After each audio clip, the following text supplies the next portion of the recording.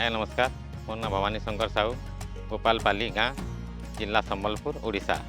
ମୁଇଁ ବିଗତ 30 ବର୍ଷ ଧାନ ଚାଷ କରି आउछे। जुड़े प्रोडक्ट ଯମୁନା और स्वर्णा में धान चाष करसी। मोर धान चाष करवार मैक्सिमम 2007-8 रु कलिन। धान चाष रे ताने बेसी प्रोब्लेम हो जे कांडबिंधा पोक और नली पोकटा। इटा हमर धान चाष रो मेन प्रॉब्लमटा है केनटा कि हमर नली और गंड पोकटा जेनटा अच्छे आम काଣା कि मेन समस्या है तार लगी काଣା कि पत्थरटा टे खराब हो गले काଣା कि हमर अमलटा भी कमी जाऊे से जगह न काଣା कि आपण से धलार इटा भी पले होची धला आला पर काଣା कि ऑटोमेटिकली आपनकर फलटा अमलटा कमी जाए सेटा मेन समस्याटा रही जाऊे आज्ञा एति गंठी पोक नली पोक बाबद रे जेतकी मेडिसिन माले भी कैंसर सठिक काम नहीं करते आज्ञा। आ ई टाइम रे तामाने जेयू कंपनी भाई आसले और आयकार देखले खेत के मोर आयका बाबद रे डेमो देले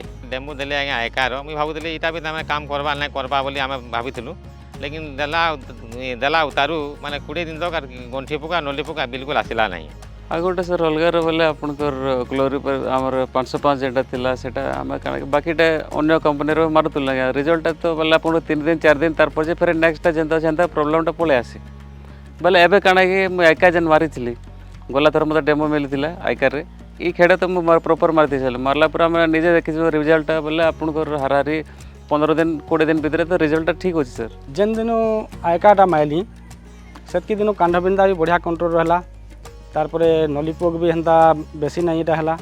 तारपरे धानर कलर भी बढ़िया रहला और पिल भी बढ़िया टेमाला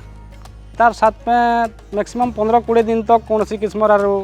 नली पोक के कांडबिंधाटा देखा नहीं दें। आइकाटा सर एक्चुअली मु स्प्रे करथिले सर एकड़ को आपन करथिला 300 ml सर हमर 300 ml लेका मैं एकड़ पिछा स्प्रे करथिले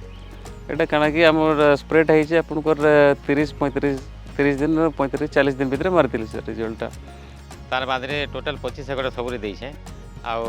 तार पिलो भल आसी जे हरियाली आसी छे जदि आज्ञा आयका जदि स्प्रे करबा क्षेत्र रे तो उन्हीं से भी चासी दी गला स्प्रे गला आशा भरोसा तार पूर्ण होबा। आके मुई जेते दिन तक भी चाष करमी जेयू कंपनी रो आयका इटा बढ़िया बाहरी जे और ई जिनिस के मुई यूज करमी और मोर पाखे जेतकी भी चासी भाई माने अछन समस्त को कहमी जे जेयू कंपनी रो आयका व्यवहार करंतु और बढ़िया रिजल्ट पांतु।